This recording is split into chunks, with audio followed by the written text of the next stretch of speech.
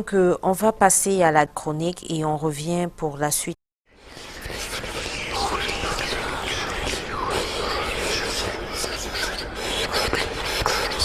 La mystique de l'alimentation et la spiritualité, quatrième partie. L'air ou l'oxygène et le souffle de vie. La question de l'aliment qu'est l'air ou l'oxygène relève d'une ampleur métaphysique qui conduit au prisme de l'initiation à l'art de s'alimenter. Ici, l'air n'est pas une simple question d'atmosphère, mais bien plus l'oxygène. Toutefois, dans ces cas d'espèce, l'oxygène, qui est ce gaz qui fait partie de notre environnement existentiel, dans l'ordre d'un cinquième de la composition de l'air, ces atomes s'agitent pour que l'air se rende pur. C'est ce qui conduit au souffle de vie, ce fameux énergie vitale que chacun de nous a reçu à sa naissance. Le souffle de vie en question doit être maîtrisé et entretenu en vue de parfaire sa vie spirituelle. Une telle ordonnance s'inscrit de facto au quotidien des mœurs des Orientaux, une communauté où ces pratiques font partie d'un quelconque mode de vie qui s'initie à tous dès l'enfance.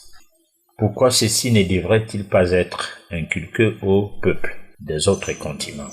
Pourtant, cela est d'une importance capitale. D'ailleurs, les Orientaux ont donc compris ou ont pris conscience depuis des siècles que le dit souffle synchronise la vie à la mort et inversement. Une rencontre d'énergie vibratoire qui s'harmonise avec le tout universel. La science de la vie s'applique directement à l'existence par l'acquisition d'un savoir ayant pour réponse la respiration consciente. Un acquis métaphysique propre à la société humaine qui se veut initiatique avec pour objectif l'atteinte de l'état christique, la recherche du Christ en soi, voire le développement de vos pouvoirs restés jusqu'ici à l'état latent. Dès lors, vous devez savoir vous mettre en séance de méditation par des exercices d'un type approprié de respire. Vous ferez de même en marchant des aliments, c'est-à-dire marcher aussi longtemps que possible un bol alimentaire sous la pulsation de l'expire, c'est-à-dire en avalant, que cela se rythme le plus profondément possible. Aussi, en marchant dans la rue, par exemple, vous donnerez un rythme à vos pas pour que ceux-ci s'accordent au cycle de votre respiration en de très belles manières. Une telle attitude devrait vous changer pour vous donner une autre nature, tout au moins celle d'une personne en paix. La menace qui met notre planète en péril, devenant de plus en plus grandiose chaque jour au cours de ce 21e siècle, ne devrait point exister, car on a cru que les politiques, tant religieuses que scolaires, cesseraient d'être politiciennes pour que le monde puisse se pencher sur une quelconque technologie de la fraternité et non celle de destruction massive. Une nouvelle technologie qui en soi est la morale de la Renaissance, loin de toute atrocité telle que celle que nous vivons depuis toujours jusqu'à nos jours. Au nom des idéologies du progrès technique, la pureté d'esprit devait être édictée par les grandes puissances qui devraient jouer le rôle de protecteurs de la planète. Elles devraient prouver que l'évolution capitaliste ne l'est pas que d'apparence, rejetant tout ce qui serait de nature à détruire l'humanité et repoussant toute forme d'exploitation de l'homme par l'homme. En mettant en place un cordon de spiritualisation de l'existence de tout un chacun et en faisant de ce cercle un cercle de bonne conduite pour une humanité qui se tourne vers un rejet de toutes sortes de barbarie existant jusqu'ici, avec pour mobile un réel fond de spiritualité consistant à sauver le peuple, voire l'humanité tout entière. Fixe sur quoi que ce soit, plusieurs pensées vont s'entremêler, vont entrer dans notre cerveau, vont ressortir et tout. Et à la limite, on sera même distrait.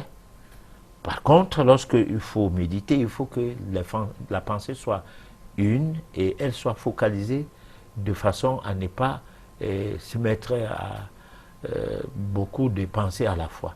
Et ça, c'est la respiration qui peut donc facilement amener cette fixation de la pensée.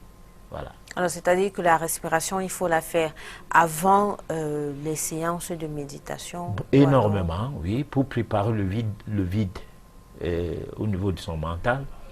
Et puis, peut-être même s'assurer que les exercices de méditation ne seraient que salutaires si vous commencez à aller au-delà de ce que vous devriez avoir comme pensée précise sur la base de laquelle vous êtes en train de méditer. Voilà, parce que là, la respiration vous ramène vous replace sur l'orbite et puis vous continuez à travailler votre pensée ou bien à vous focaliser sur ce que vous voulez faire. Alors, mais professeur, pendant qu'on est en train de méditer peut-être sur un point donné, il faut respirer cette fois-là normalement comme on le fait tous les jours, ou alors il faut continuer à faire ces exercices respiratoires? Bon, disons que il faut que l'exercice respiratoire vous amène à un état où vous pouvez rester peut-être même sans respirer, pourquoi pas, c'est-à-dire bloquer carrément la respiration pendant un instant, parce que en fait, lorsque vous n'êtes pas bien entraîné, ce n'est pas la peine de faire des longues méditations. Vous pouvez faire une méditation d'une minute, donc 60 secondes, comme vous pouvez la faire 3 minutes, pourvu que vous ayez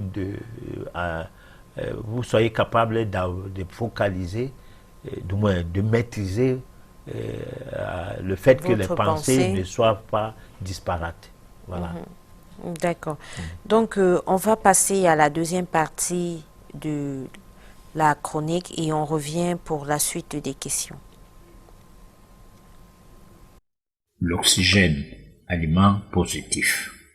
Et comment? Si la respiration est une clé pour la spiritualité, elle est en tant qu'aliment positif. Décryptons tout d'abord ces quelques mystères qui s'y cachent avant de passer à l'analyse de ces autres types d'aliments, à savoir l'aliment neutre ou l'eau et l'aliment négatif, les nutriments. Malgré que la respiration soit l'aliment principal pour l'homme, il est regrettable que le col occidental en parle peu, moins encore le col néocolonial, celle qui est implantée en Afrique. Pourtant, vous devez savoir bien des choses de la respiration, telles qu'en marchant dans la rue, on devrait rythmer son souffle, ce qui malheureusement n'est pas enseigné. Votre souffle devrait s'adapter à vos pas, de façon à ce qu'elle ne se saccage pas le long de votre parcours. Et que si vous marchez plus lentement, qu'il se rende de plus en plus paisible tout en gardant le rythme. La respiration est une excellente nourriture, mais elle doit être intentionnellement consommée. C'est ce qui va provoquer des sensations agréables et va aider sur le court terme à améliorer tout d'abord votre santé.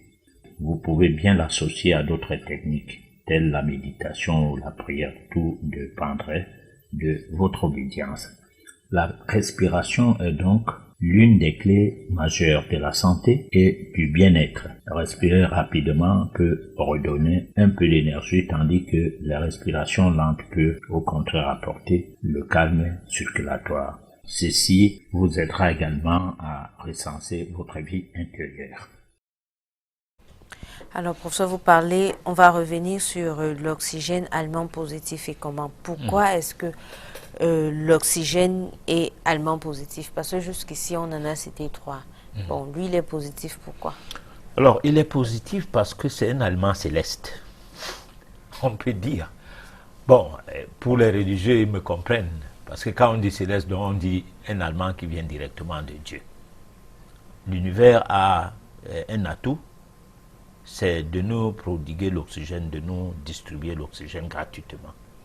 Même si vous avez un nez comme les oreilles de l'éléphant, c'est-à-dire le trou de vos narines aussi vastes comme les oreilles de l'éléphant, alors vous allez avoir la même quantité d'air à respirer comme tout le monde autour de vous. Donc, quel que soit le nez, petit nez avec des petites narines, ou alors un nez énorme avec des narines largement et grandement ouvertes, vous respirez votre quantité d'oxygène et sans perturber la respiration de l'autre. Sauf que dans notre société d'aujourd'hui, parlant de la pollution, il y a des gens qui confisquent l'oxygène avec des fumées de cigarettes qui empêchent que les gens respirent normalement. Alors, le problème d'aliments positifs, c'est un problème de spiritualité. Ce n'est pas un problème de qualificatif, c'est-à-dire, je ne suis pas en train de qualifier l'air comme on le ferait, c'est pas moi, en littérature. Je suis en train de dire que ce qui est positif en l'air, c'est que l'air nous purifie et dans les 3 dimensions de notre corps. Le corps physique, le corps astral et le corps mental. Comme pour dire ça purifie le corps, l'âme, le corps, l'esprit et l'âme.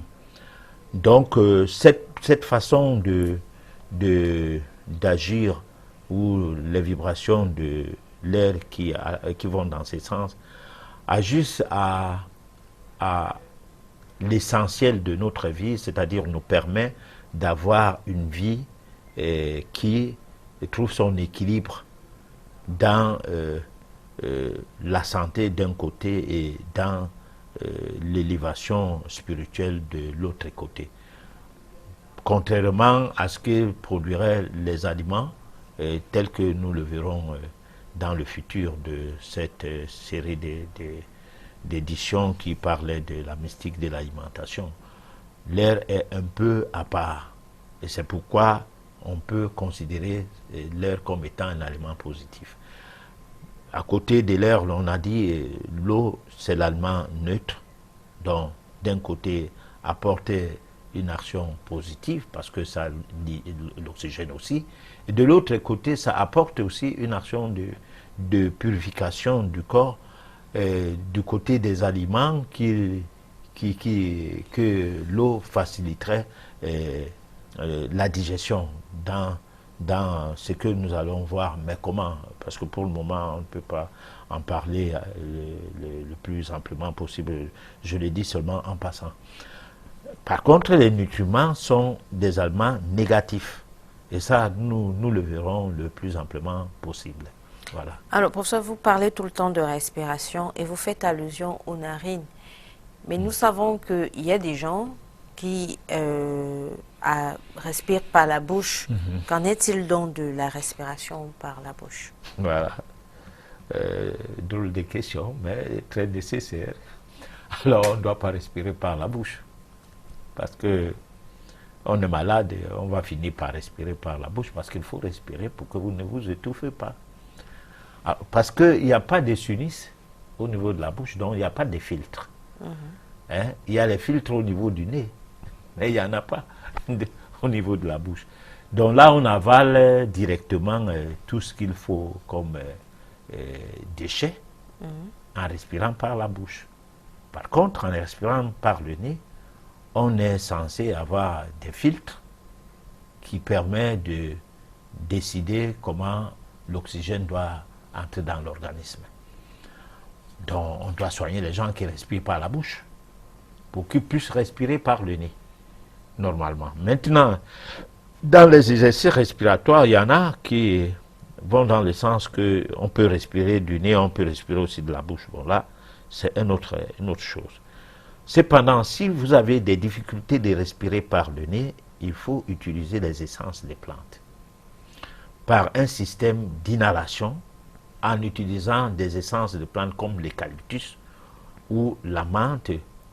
On purifie les sinus qui sont bouchés et qui peut-être ne permettent plus à ce que l'air passe et que vous voyez obligé de respirer par le nez. Et là, cette inhalation se fait avec de l'eau chaude, où on va déposer sur un dispositif, un instrument, quelques gouttes de l'eau chaude, et dans cette eau chaude, quelques gouttes de ces essences-là. Et on va les inhaler en faisant des efforts d'inhaler ces essences par le nez, pour que les sinus puissent être un peu chauffés et que l'essence puisse diluer les déchets, hein, c'est-à-dire les particules du fait que quand on dit essence, c'est quelque chose de volatile, puisse diluer donc les déchets au niveau des sinus. Ou autrement dit, si c'est tellement bouché, vous passez d'abord par la bouche et puis vous faites des efforts pour revenir par le nez en vous enfermant, en enfermant la bouche et le nez dans le bocal ou dans l'instrument à l'aide duquel vous aspirez ces essences. Voilà. Alors, professeur, lors de la première partie de la chronique, nous avions parlé beaucoup plus de l'impact de l'oxygène dans le cadre spirituel. Maintenant, revenons un peu au corps physique que nous voyons tous les jours. En quoi est-ce que l'oxygène, par exemple, si nous sommes malades, comme on a l'habitude de dire, est-ce que la respiration consciente pourrait nous aider à venir à bout de notre maladie? Oui, on l'a dit tout à l'heure. D'abord, la mère des maladies s'appelle la constipation, derrière la grand-mère, parce que c'est le sommet. Alors, la constipation combattue par des médicaments les médicaments vont s'attaquer à la flore intestinale. Et là, on aura beaucoup plus de problèmes encore qu'on ne les avait avant. Cependant, avec des méthodes du genre alternatif, on a la possibilité de se purifier le tube digestif sans ingurgiter beaucoup de choses à la fois. Parmi ces méthodes, la respiration est la meilleure de ces méthodes-là. Vous faites des exercices respiratoires de manière rythmique pendant une quinzaine de minutes. Et là, vous les faites de façon à inspirer pendant aussi longtemps que possible, c'est-à-dire pendant une minute environ. À un niveau, vous restez sans s'incommoder, bien sûr. Au moins, si vous avez pu faire 60 secondes pour inspirer, maintenant, vous restez sans s'incommoder au moins quelques secondes, voire 5, 10, 15 secondes. Et puis vous exhalez, donc vous rejetez l'air. Et vous refaites ça, c'est-à-dire sans arrêt, vous refaites jusqu'à produire plus de 15 fois cet exercice, cette inspiration et cette expiration, de manière à ce que vous ressentez des fourmillements, c'est-à-dire qu'une petite chaleur va aller jusqu'au niveau de la peau, provoquer même la chair de poule, pourquoi pas. Au bout d'un temps, vous prenez de l'eau chaude et directement un verre d'eau chaude et directement un verre d'eau fraîche, du moins de la température de l'air ambiant. Alors, attendez-vous que vous fassiez les selles de manière spontanée ou bien quelque temps après. Si vous ne faites pas les selles, vous attendez 1 heure ou je ne sais pas combien de temps, vous recommencez le même exercice, cette fois-là pas forcément en prenant de l'eau par la suite. Au bout d'un temps, vous allez faire les selles. Ne serait-ce qu'un morceau de caca qui sera aussi dur que possible, mais qui sortira quand même. Et cela sera une pression du sang de par l'oxygénation du tube digestif au passage du sang à ces niveaux qui va permettre à ce que les neurones du côlon puissent réagir positivement dans le même temps avec l'appendice. Voilà. Alors, donc, à vous entendre, c'est une fois qu'on a traité le problème de constipation, on ne peut plus être atteint par les autres maladies, alors. Si on peut faire les selles autant qu'on mange des quantités énormes de nourriture, on fait aussi des quantités énormes de sel. En tenant compte que les nutriments ne sont que des quantités infinitésimales que le corps retient pour ce dont il a besoin. Et que toute la masse d'éléments constituant un plat n'est que bourratif. Parce que prenons par exemple de la viande. La viande, le corps n'en a pas besoin. Elle va arriver dans le tube digestif au niveau du côlon et c'est stagné là. Commencer à se transformer en déchets et remonter avec le sang vers le foie. Et le foie va renvoyer ça dans les parties du corps et sans plus vouloir de ces déchets. Alors c'est ça qui va se déposer et quelque part, soit on a la goutte, soit on a l'artériosclérose, soit on a même le diabète, pour ne pas dire l'hypertension aussi. Tous ces déchets qui ne reviennent plus, qui ne sont pas phagocytés par le foie, qui sont plutôt rejetés dans le sang, donc dans la circulation, doivent se retrouver quelque part. Parce que ces déchets-là ne vont pas forcément revenir dans le tube digestif, s'installer encore comme le caca et attendre être évacués. À la limite, ils peuvent être évacués de force dans la purification du sang à travers les glandes surrénales et renvoyées au niveau des reins et puis devenu, c'est pas moi quoi, les urines. Là encore, on a une chance de les avoir dans les urines. Mais il faut plutôt provoquer un mécanisme qui va faire à ce que les pores s'ouvrent et que les déchets sortent. Si ça ne sort pas, vous allez développer une fièvre. Et cette fièvre-là, c'est quoi? C'est le reflux, c'est-à-dire le rejet des déchets hors du corps, à travers les pores. Et là, on a souvent transpiré jusqu'à mouiller le drap. Bon, mais dans le système médical officiel moderne, on empêche même qu'on ne transpire. Les gens sont un peu sous perfusion et ne transpirent pas. Alors tout se renferme dedans. Pendant ce temps, il y a une dilution du liquide sanguin du fait d'une forte dose de liquide venant des perfusions. Et c'est ça qui va distraire les cellules qui sont aux prises avec les déchets, dont les globules blancs. Et résultat, la fièvre s'estompe et on est tranquille. Mais malheureusement, la bataille qui existait, l'affront, la confrontation qui existait entre les déchets et les globules blancs, qui entraînait que la température monte et que les pores s'ouvrent, qu'on transpire, est stoppée. Alors, ce qui viendra par la suite, personne ne sait. Ce sera une autre maladie. Bon, voilà. Alors, professeur, on parle d'alimentation et de plus en plus, on constate que on veut, en fait, elles sont nombreuses qui veulent perdre du poids parce que l'alimentation renvoie aussi à la masse corporelle.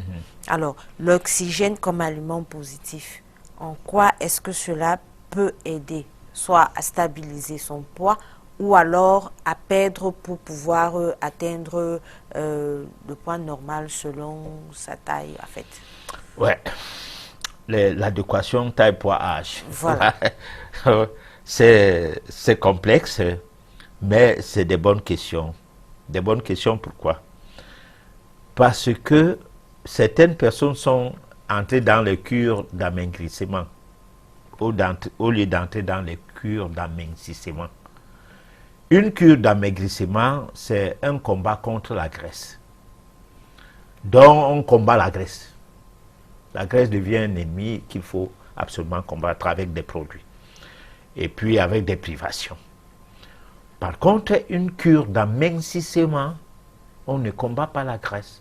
On régule le fonctionnement d'abord du tube digestif, et puis, par la suite, progressivement, l'équilibre qui s'établit dans le fonctionnement du tube digestif va faire en sorte que le corps est affamé, pour ne pas dire affame les cellules qui sont devenues va dégraisser les cellules, parce que les cellules aussi prennent la graisse. On ne peut pas prendre du poids alors que ces cellules n'ont pas pris du poids.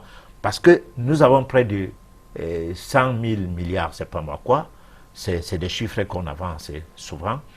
Alors, je peux me tromper du chiffre, mais dans ces cellules-là, autant vous voyez quelqu'un gros, autant les cellules aussi ont pris du poids. Parce que si vous fumez, vos cellules, vous les apprenez à fumer. Et c'est quand les cellules commencent à fumer que vous devenez alors un vrai fumeur maintenant. Parce que dans un premier temps, quand vous fumez, par exemple, les cellules rejettent. Les cellules n'en ont pas besoin. Ne comprennent pas qu'est-ce que c'est que ce que vous êtes en train de faire là.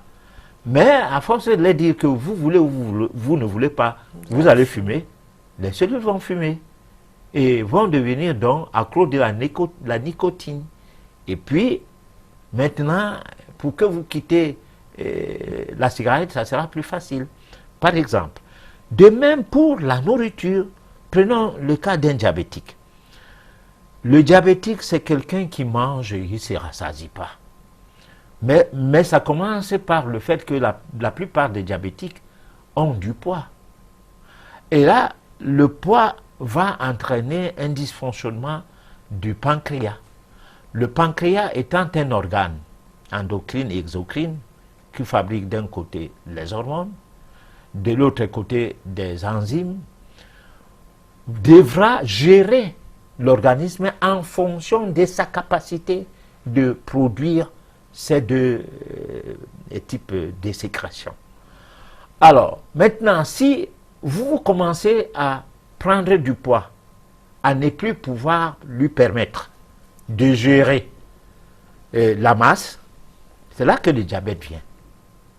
Le diabète va venir donc, pourquoi? Parce que cette fois-là, vous avez une masse corporelle où la quantité d'insuline produite par le pancréas n'est plus possible à satisfaire la masse corporelle et qui, de par les graisses et tout ce qui s'y présente, pose déjà une difficulté à alimenter suffisamment l'insuline. Donc, la respiration provoquera un mécanisme, je l'ai dit tout à l'heure, de purification du tube digestif. Et lorsqu'on dit purifier le tube digestif, ça veut dire à partir de la bouche. C'est pourquoi je donne des indications sur la manière de manger. Parce que lorsque vous mangez en faisant des séances de respiration, ça il fallait le relever tout à l'heure, merci pour ta question, vous permettez à ce que la mastication se fasse longuement au niveau de la bouche. Parce que autant vous respirez, vous n'allez pas faire une séance de respiration inspire-expire, vous ne pourrez pas ne pas, comment je le dirais, mettre du temps à le faire. Vous n'allez pas faire 2 séances et puis vous avalez. Non, vous prenez du temps. Vous prenez du temps, vous expirez, vous inspirez, et là vous savourez même l'agréabilité de l'aliment, hein, de ce que vous avez mis dans la bouche en ingurgitant ça, et de cette manière-là, vous avez toute la saveur de ça. Parce que, je le dis souvent, si vous mangez des biscuits comme les petits enfants que à peine mis dans la bouche, à peine avalés, alors vous n'aurez pas la possibilité de savoir jusqu'à quel degré vos papilles gustatives agissent sur un aliment sucré qu'est un biscuit. Et jusqu'où le corps apprécie ou pas le sucre des biscuits.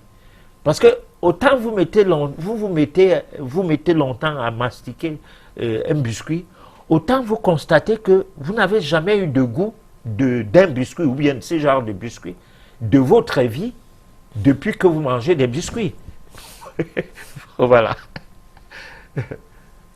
Donc, ça veut dire qu'en fait, il faudrait plutôt se mettre dans, je vais dire quoi, il faudra plutôt entrer dans le boom de l'amincissement à travers les respirations conscientes. Voilà, alors la respiration consciente, justement, pour terminer cette question, pour la répondre jusqu'au bout, consisterait donc à améliorer sa digestion. Et quand la digestion est améliorée, les constipations foutent les camps, les graisses commencent à être éliminées petit à petit. Parce qu'il n'y a plus rien qui alimente le corps des graisses. C'est la constipation qui alimente la graisse dans le corps. C'est ça la base, en fait. Si vous mangez des choses qui ne sont pas retenues dans le corps, à supposer que vous mangez même les graisses, que vous buvez de l'huile à la cuillère, ce qui n'est pas normal. Et que vous digérez bien. Alors vous aurez peu de problèmes que celui qui... J'entends pas bien digérer parce que les gens confondent faire les selles à peine, mais une fois par jour, et les faire bien. Parce que lorsque vous êtes aux toilettes pour déféquer, vous prenez du temps, vous vous mettez complètement en robe d'Adam, et puis vous vous mettez sur le bidet par les pieds, et non par les fesses.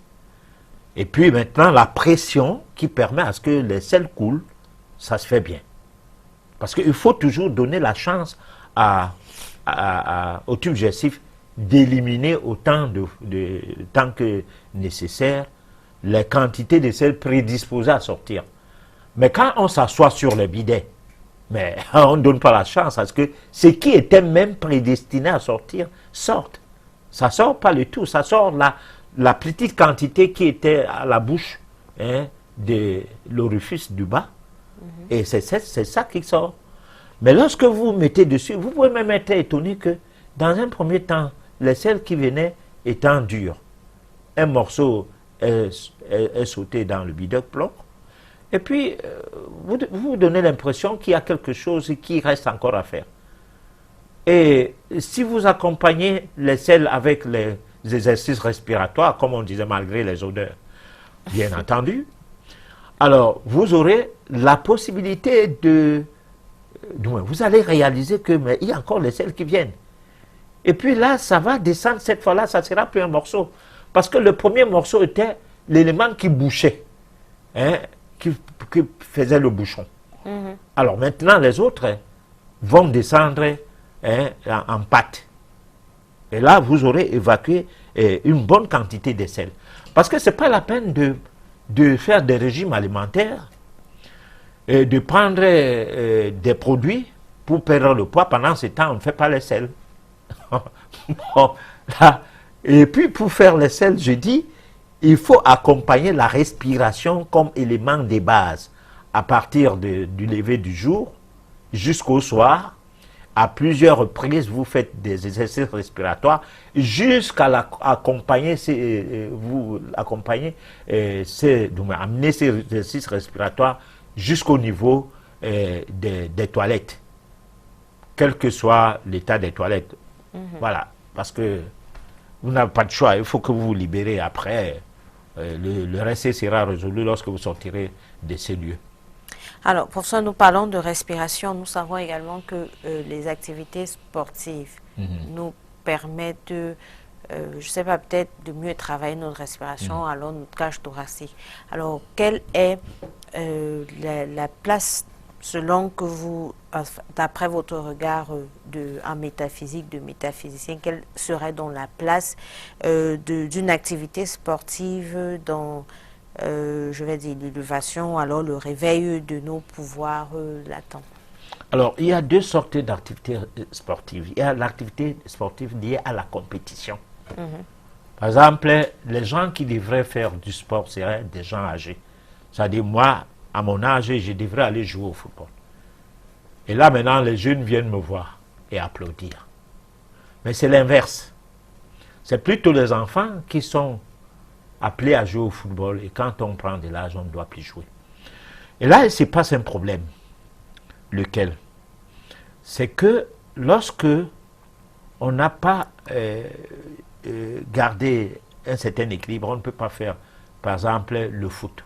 Moi, l'autre jour, je suis allé faire un petit entraînement, je me suis fait mal au genou parce que il y a des choses que je me refuse de faire, préférant écrire mes chroniques au lieu d'aller courir.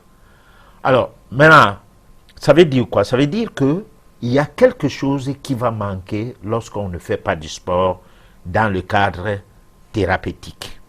Parce que le sport, c'est une thérapie. Ce n'est pas quelque chose de banal. Quand c'est le sport de compétition, ce n'est plus une thérapie. C'est un gagne-pain. Parce que là, vous êtes en compétition, vous devez fournir autant d'efforts que possible pour pouvoir gagner votre vie. Et ça, vous attendez, surtout lorsque vous êtes professionnel, vous attendez à un salaire.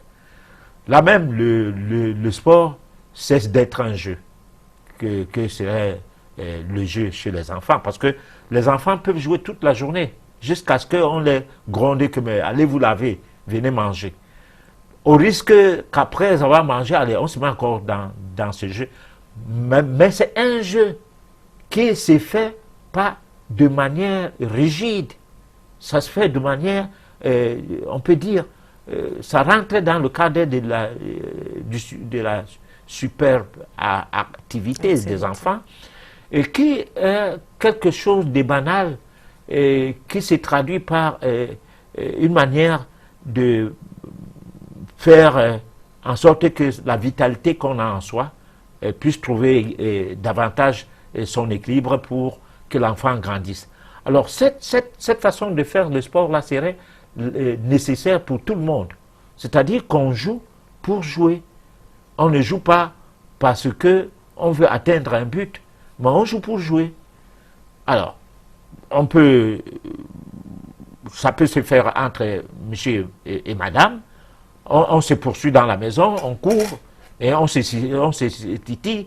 Ça rentre dans le cadre d'une certaine forme de fantasme pour bien meubler la vie sentimentale.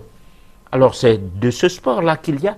Et puis celui-là vous permet de digérer, vous permet, après le repas du soir, hein, parce que, ayant mangé tard, au lieu de regarder un film et tout, mais vous commencez à vous chatouiller et puis allez, vous courez comme des petits enfants là, dans la maison de façon à ce que si les enfants ne dorment pas encore, ils se mettent à jouer avec vous, tout le monde rit et tout, vous transpirez et puis là vous digérez et vous dormez. Et là le poids ne peut pas venir, ne peut pas, parce que vous avez fait le sport nécessaire pour permettre à ce que la digestion se produise normalement. Donc ça veut dire que, pardon, on peut, ou alors on doit accompagner notre séance, je vais dire, pour ceux qui veulent entrer dans les programmes d'amincissement et non d'amaigrissement, d'activités sportives ludiques. Ou alors pas... faire simplement des cures de respiration, mais ludiques. Voilà.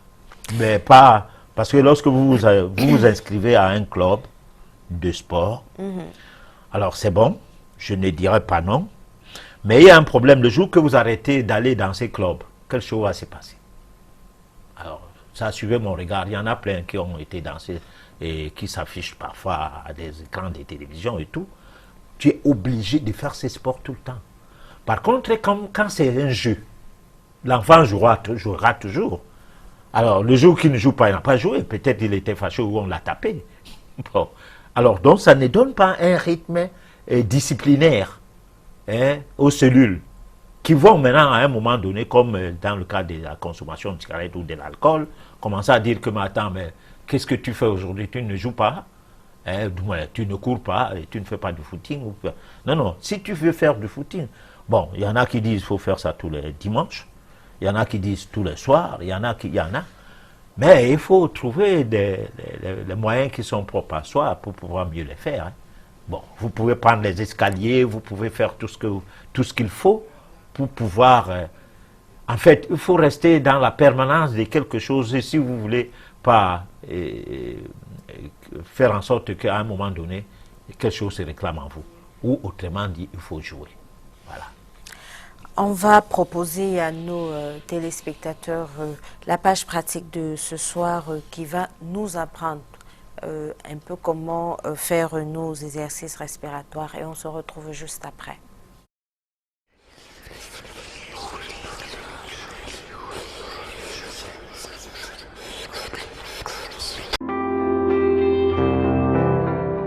La respiration, avant tout, est conditionnée par 3 mouvements.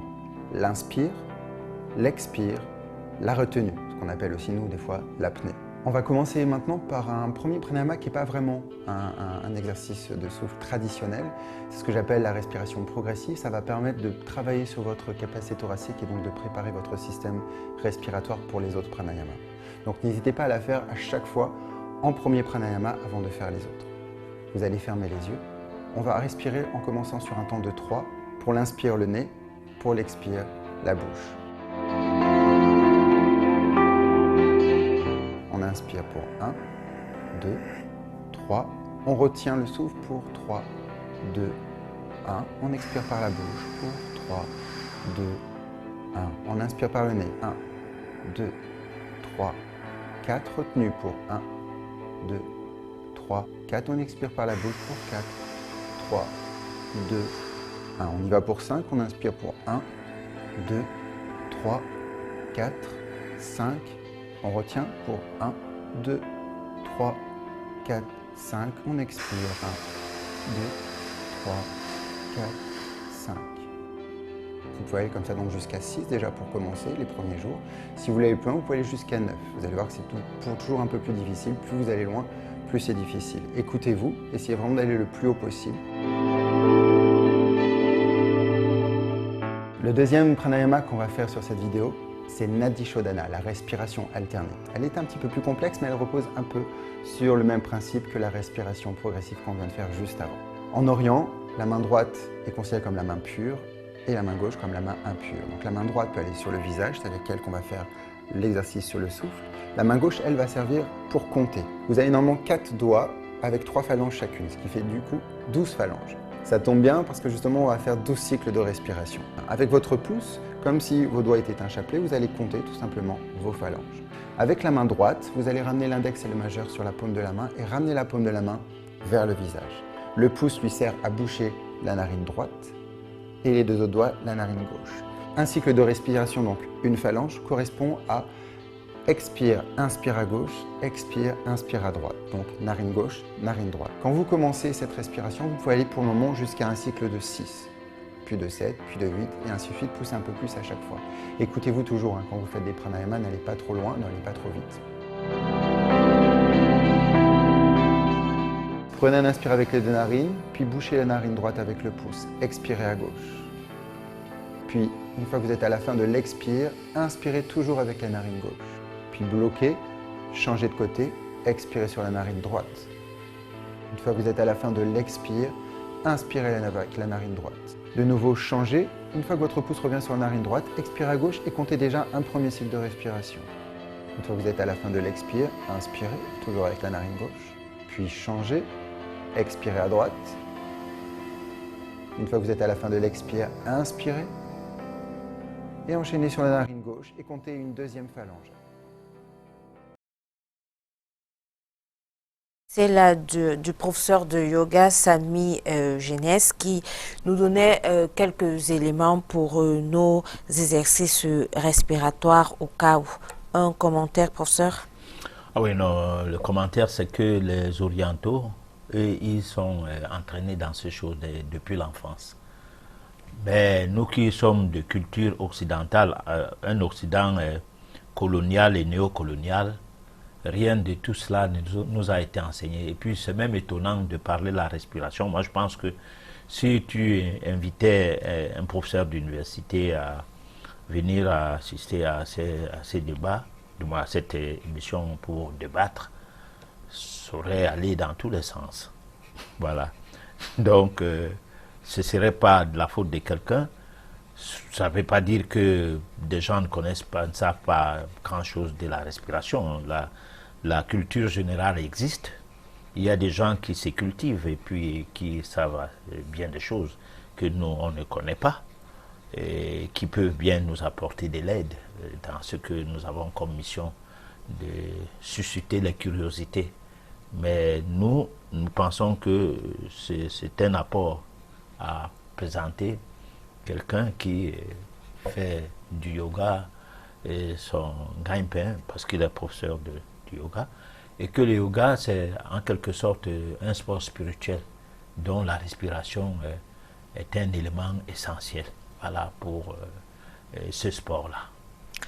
Donc, on va passer rapidement fait. On va donner la possibilité à nos téléspectateurs d'avoir les réponses aux questions qu'ils nous ont posées et qu'ils ne cessent de poser. C'est le SOS téléspectateur.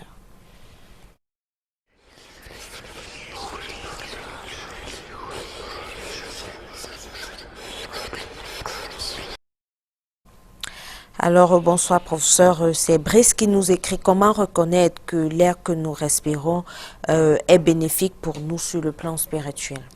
On ne peut pas le reconnaître, sauf qu'on ne sent pas un gène. On n'a donc pas de problème. On n'est pas là où les gens fument de la cigarette. On n'est pas là où les gens ont des parfums insupportables autour de nous. On circule normalement dans sa cour ou bien on est dans sa maison.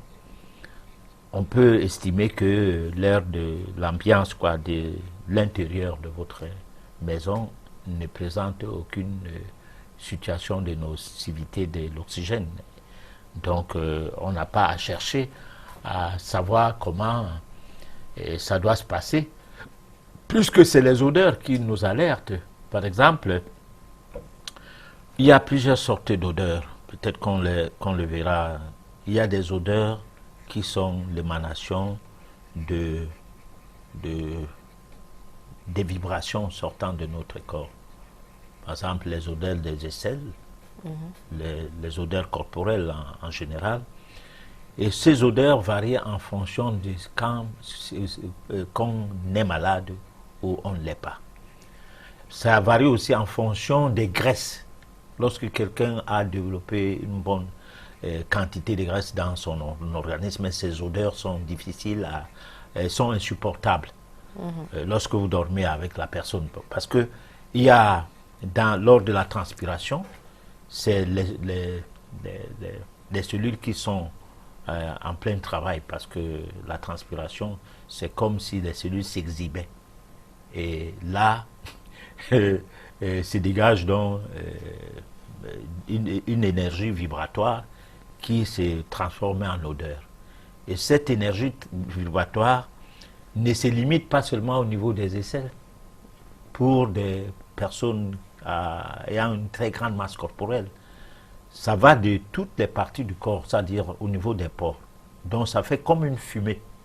Et cette fumée-là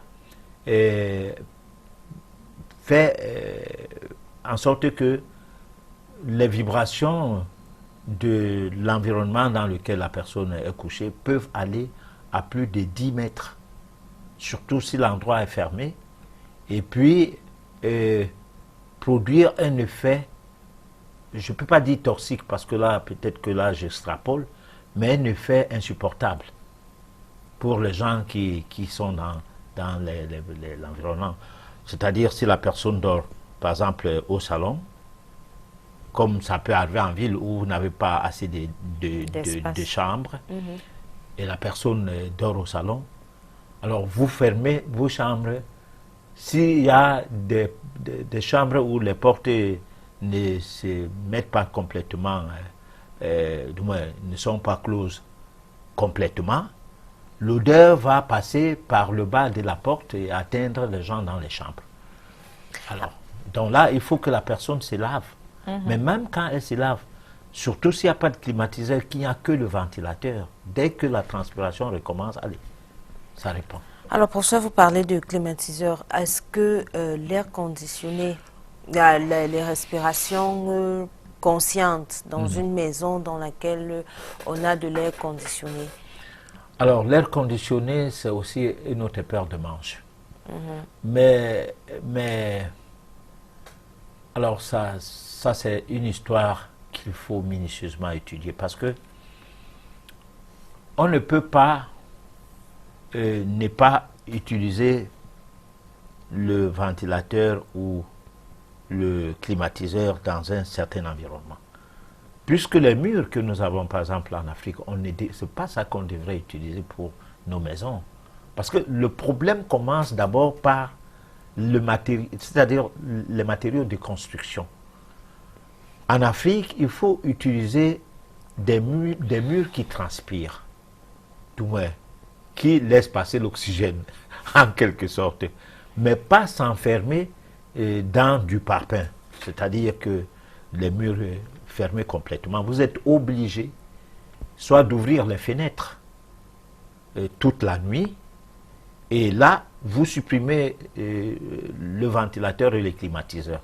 Et là, les fenêtres doivent être faites de manière à ce que, du moins la maison doit être conçue de manière à ce que l'air traverse, c'est-à-dire que l'air, le vent, quoi, pénètre dans la maison et traverse la maison, pour qu'on soit dans une ambiance normale de vie.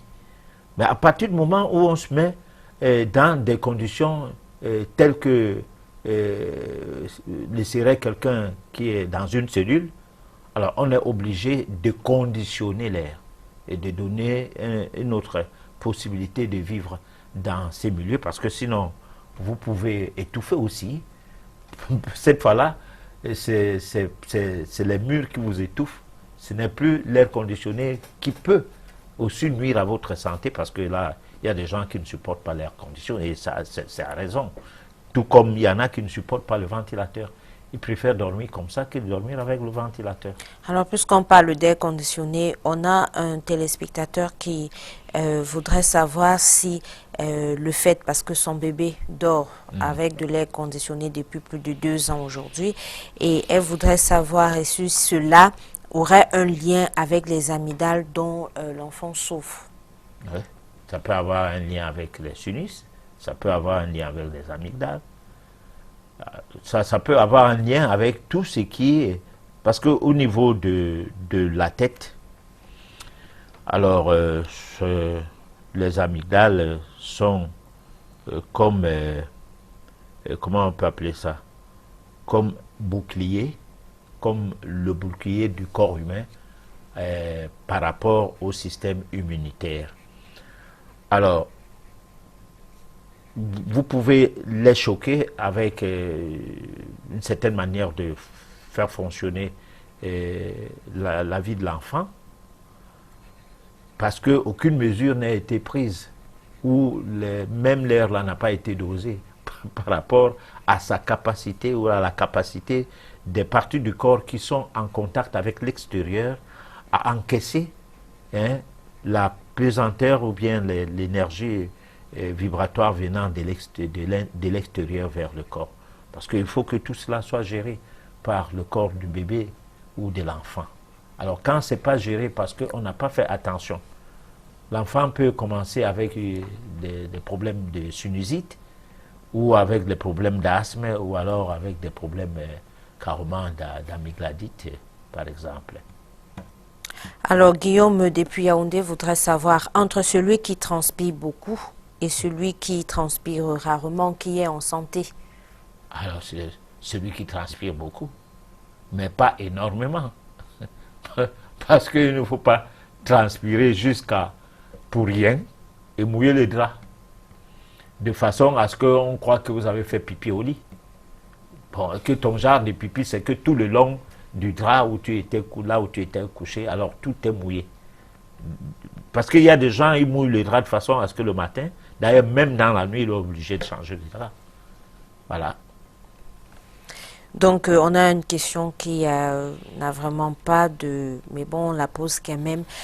Quel regard faites-vous sur les courants exotériques, la rose-croix et tout ce qui va avec, et qu'est-ce qui explique le fait que ces derniers sortent de leur enfermement?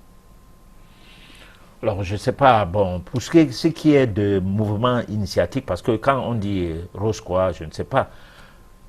Bon, alors, ces mouvements-là, c'est écrit quelque part que tout ce qui est caché aujourd'hui,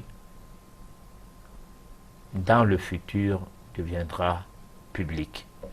Alors ce mouvement-là, avant, on avait peur de ce mouvement, on n'en parlait pas d'ailleurs, mais dans la concurrence qu'il y a entre les obédiences religieuses et ces mouvements, la publicité est venue de ces obédiences religieuses et a donné naissance à ces mouvements. Parce que moi, pour que j'entende parler de la rose croix pour la première fois, c'était de la bouche d'un prêtre européen français qui venait à l'église tout le temps dire que les gens doivent se méfier de la rose croix et tout. Mais moi, quand j'ai vu un livret sur la rose croix, une brochure, moi j'ai écrit au mouvement à travers l'adresse que j'avais vue. Et moi, j'avais écrit ce mouvement. Quand j'ai lu les documents qu'on m'avait envoyés, je n'ai rien vu de bon dedans. Résultat, je ne sais pas de quoi ça se parlait souvent. Bon, ce qu'il y a, c'est que quand quelqu'un pose une question pareille, je me demande s'il posait une question comme quelqu'un qui peut dire en France que les Noirs sont les primates aux autres Français, et ça devient un problème que, oh, mais quand il voit un Noir, il dit, mais attends, mais il a vu un primate. Alors, donc, nous ne sommes plus à l'âge ou à l'heure où les choses sont cachées. Aujourd'hui, avec Internet et tout, posez vos questions sur le net et lisez des bons sites. Parce que j'expliquais ça dernièrement. Si vous partez sur Google, vous faites une requête, SIDA plus santé, juste une requête comme ça. Alors, les premiers sites que vous allez rencontrer dans la réponse de Google, sur 4000 et poussières de sites, ça sera l'OMS, ça sera l'industrie pharmaceutique. Tous ceux qui ont payé de l'argent cher à Google, c'est eux qui s'affichent en premier. Alors, un bon chercheur sur le net doit s'abstenir de lire les premiers sites.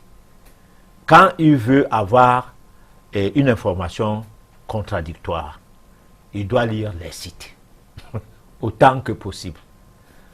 Il va tomber sur un site, et puis il faut toujours lire, quand on donne le nom du site, il faut lire le petit commentaire qui vient avant de cliquer. Ça vous oriente si c'est un site partisan ou pas. Alors, à partir de là, vous aurez toute l'information sur un certain nombre de choses que vous vous posez des questions par rapport à ce qu'on vous a dit. Parce que l'inconnu, on se méfie, mais le connu, on ne se méfie pas. Puisque les gens qui vous ont dit ce jour, vous les avez fait confiance, donc ce qu'ils vous ont dit est valable. Voilà. Mais moi, ma curiosité m'a amené à être musulman. Mes parents ne savaient même pas qu'est-ce que je cherchais dedans.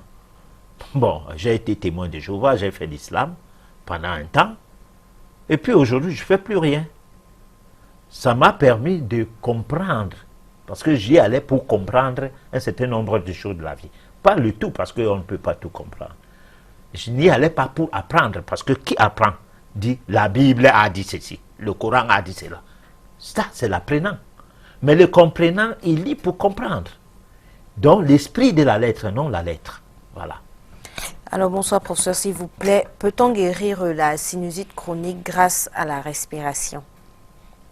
Disons oui, mais aussi associé à d'autres techniques. Parce que quand c'est chronique, c'est chronique. Bon, c'est vrai que le mot chronique a plusieurs connotations. En médecine, il y a les maladies aiguës et les maladies chroniques. Alors, mais en médecine naturelle, pour ne pas dire en métaphysique, une maladie devient chronique par le biais d'un mauvais traitement, des mauvais soins. Par contre, en médecine, la maladie chronique est celle qui ne veut pas guérir. Bon, qu'est-ce qui fait qu'elle ne veut pas guérir? Alors, donc nous, en métaphysique, on cherche donc la cause première de la maladie. Dès qu'on a la cause primaire de la maladie, on peut, sans beaucoup de médication, rien qu'à partir de conseils, remonter petit à petit, puisqu'on sait l'amont, d'où vient la maladie, comment elle a commencé. On peut donc aller petit à petit jusqu'à pouvoir ramener la maladie, du moins le corps à retrouver son équilibre. Donc, c'est pourquoi toutes les maladies sont guérissables. Mais on ne peut pas guérir tous les malades. Il y a des malades qu'on ne peut jamais guérir, mais qui portaient les mêmes maladies qui ont été guéries chez les autres. Parce que, d'abord, il y a un problème de karma. Leurs maladies ne sont pas pour rien. Quelqu'un ne peut pas avoir tué les gens, faire du mal aux gens et tout. Et qu'on le piège de manière occulte et que l'opération est réussie et que du jour au lendemain, ils prétendent qu'on doit le guérir. Non, il doit d'abord demander pardon sur le mal qu'il ait causé à autrui. Ne serait-ce que reconnaître ces mal et le parler en disant telle personne tuée est morte tel jour, c'est moi qui l'avais tué, je l'avais empoisonné. Hein? Au moins, là maintenant on commence à avoir le début de quelque chose qui permet à ce que la guérison s'ensuive. Bonsoir à vous, je suis Paola de Ngoussou. S'il vous plaît, professeur, quels sont les risques que comporte la fumée qui s'échappe des spirales anti-moustiques? Mais c'est qui tue le moustique? Tue l'homme. Le moustique, c'est un être vivant. C'est pas parce que le moustique a un petit corps et que le poison ou la bombe atomique qu'on met à sa disposition ne peut que le tuer. La preuve, quand vous utilisez certains insecticides pendant un temps, les moustiques qui naissent après avoir des parents qui sont morts de cet insecticide, l'insecticide en question ne les tue plus. Donc, il faut faire attention de développer des résistances cellulaires aux maladies, du genre maladies chroniques, du fait d'utiliser des choses pour pouvoir tuer des moustiques, par exemple. Voilà. Alors, bonsoir, prof. Comment peut-on réguler le tube digestif? Je crois que c'est de ça qu'il voulait parler, sans prendre de produits. Alors, on peut réguler le tube digestif sans prendre de produits, simplement en prenant beaucoup d'eau, en prenant des fruits et en prenant un repas par jour. Et en mangeant essentiellement lorsqu'on a faim. Parce que moi, je ne vais pas donner des recettes qui seront complexes, parce que une personne qui a un problème doit appeler hors antenne, qu'on ensemble en discute.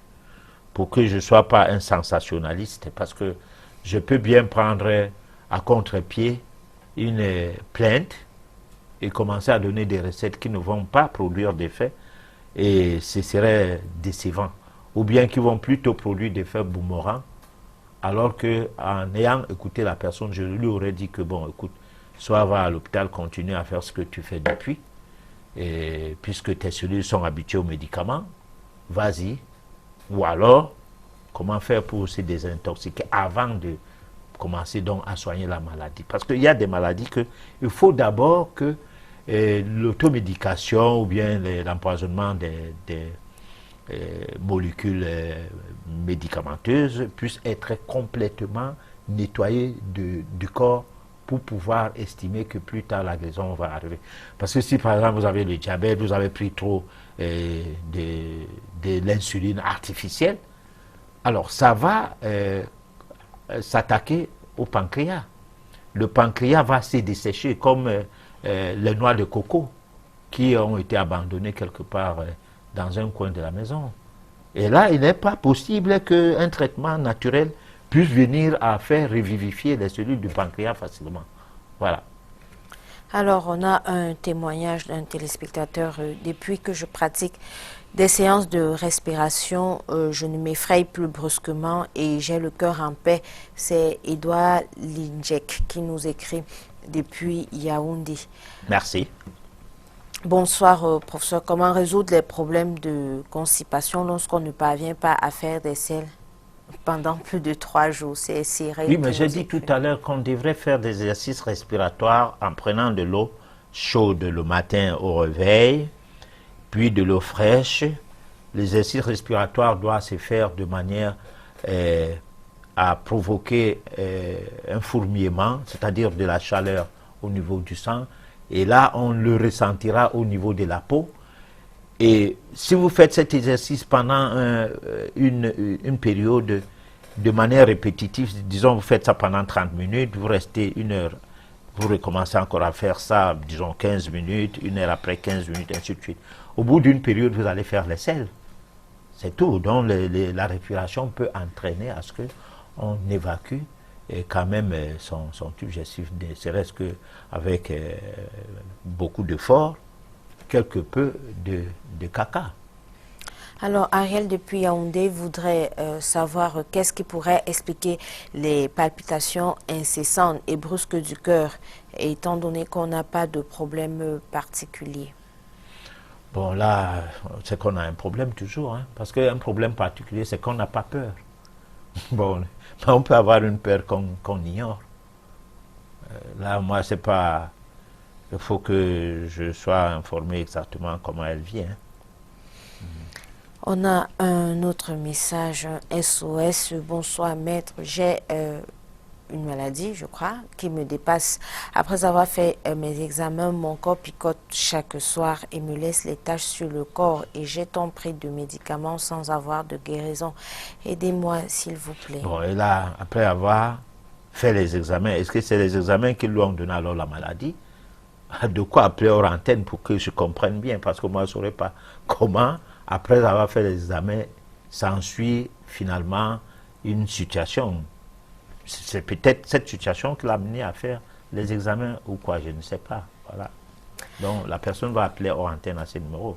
On verra bien qu'est-ce qu'on peut faire. Alors la toute dernière question. Bonsoir professeur, y a-t-il des méthodes pour arrêter et se purifier des poisons et liquides de nuit? C'est Désiré qui nous écrit. Oui, il y a des méthodes, mais ces méthodes doivent être faites au cas par cas, après avoir étudié minutieusement le cas. C'est pour cette raison que nous parlons de la voyance souvent. Parce que là, ça nous permet de décrypter la situation sur le plan occulte et même sur le plan classique, avant de prendre une position. Voilà. Nous sommes arrivés au terme de notre émission. Un dernier mot avant de conclure. Alors, le dernier mot, c'est qu'on continue avec la mystique de l'alimentation et la spiritualité. Nous serons à la 5e partie. Parce qu'il faut y aller jusqu'à, peut-être pas l'épuisement, mais jusqu'à ce que nous-mêmes qui proposons ces thèmes, nous soyons satisfaits d'avoir satisfait les attentes des uns et des autres. Et nous disons merci à ceux qui téléphonent pour féliciter le fait d'aborder la donne alimentaire sous des angles qui sont extrascolaires, parce que j'ai reçu quelques appels venant de l'Europe et autres, où les gens disent qu'ils ont fait des cours sur l'alimentation de manière pluridimensionnelle, mais que nous nous sommes intéressés sur un pan que leur imagination n'y était pas et que c'est intéressant. Donc ça nous encourage, merci, surtout à cela, parce que c'est même des gens qui sont encore abonnés sur YouTube dans le même temps. Voilà, merci beaucoup. Alors, nous avions été ravis de vous connaître, nombreux de vous savoir, nombreux avec nous ce soir. Nous vous souhaitons de passer une excellente soirée. Entre-temps, nous donnons rendez-vous mardi prochain lorsqu'il sera 23h sur votre chaîne Canal 2. D'ici là, portez-vous bien.